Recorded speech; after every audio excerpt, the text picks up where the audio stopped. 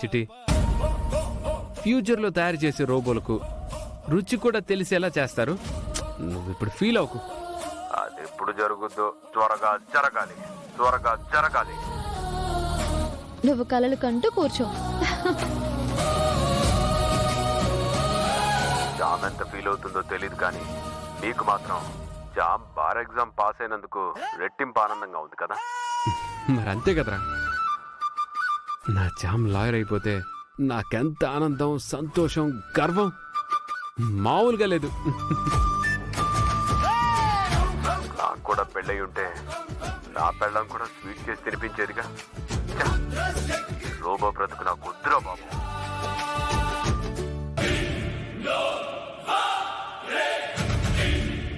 నీ కూతురి ప్రెగ్నెన్సీకి నేను కారణం కాదు.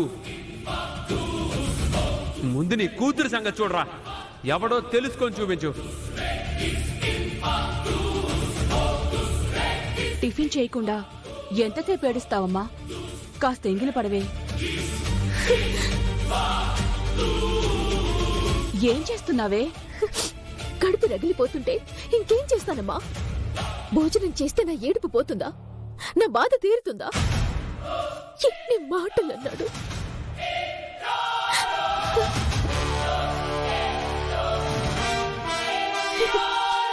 అంతా ఈడియట్ వల్లే. నిన్ను ప్రెగ్నెంట్ చేసిందే కాకుండా నోటికొచ్చినట్టు వాగాడు. తప్పు చేయలేదంటాడా? నా కాలర పట్టుకుంటాడా? వాడు చేసిన ధైర్యానికి, నా కూతురు ఏడుస్తున్న పాపానికి మూల్యం చెల్లించుకోకుండా ఉండడు. ఏం చేస్తారండి? అసలు ఆ అబ్బాయికి సంబంధమే లేదంటున్నాడు. అతనికి కావాల్సిందేంటో అర్థం కావడం లేదా?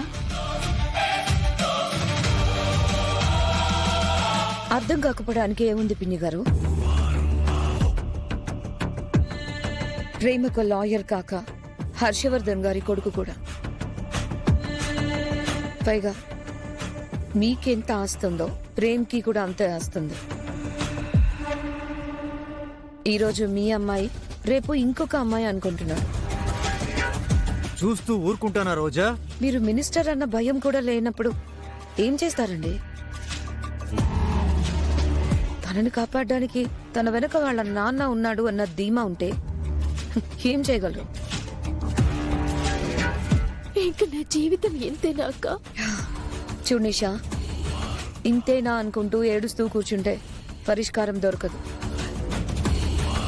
ఈ సమస్య పోవాలంటే పరిస్థితులని మనకు అనుకూలంగా తెచ్చుకోవాలి అంటే అనూహ్యంగా ఏదో ఒకటి చెయ్యాలి.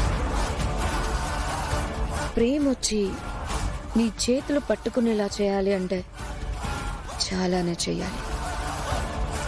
ఏం చేయాలంటున్నావు అమ్మా? నిషా మీద ప్రేమ్ అఘాయిత్యం చేశాడని కోర్టులో కేసు వేయండి.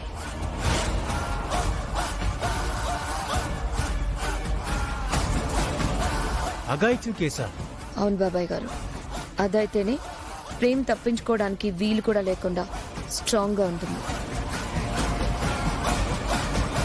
నిషా ప్రెగ్నెంట్ కి ప్రేమ్ కారణం కాబట్టి టెస్ట్కి వెళ్ళినా ప్రాబ్లం ఉండదు.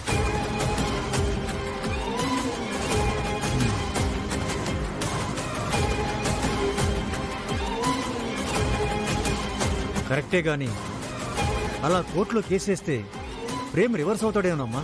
అవనివ్వండి, అయ్యి ఏం చేస్తాడు? ఇప్పుడు మాత్రం నిషాని పెళ్లి చేసుకుంటాను అని అంటున్నాడా?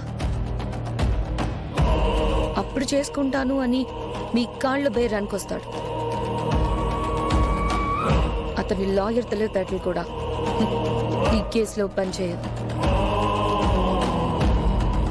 ఇది వర్కౌట్ అవుతుంది బాబాయ్ గారు. జైల్లో ఊచలు లెక్క పెట్టాల్సి వస్తుందన్న భయంతో తన తప్పు ఒప్పుకుంటాడు. నిషాని పెళ్లి చేసుకుంటాడు. అదే కదా కావాలి.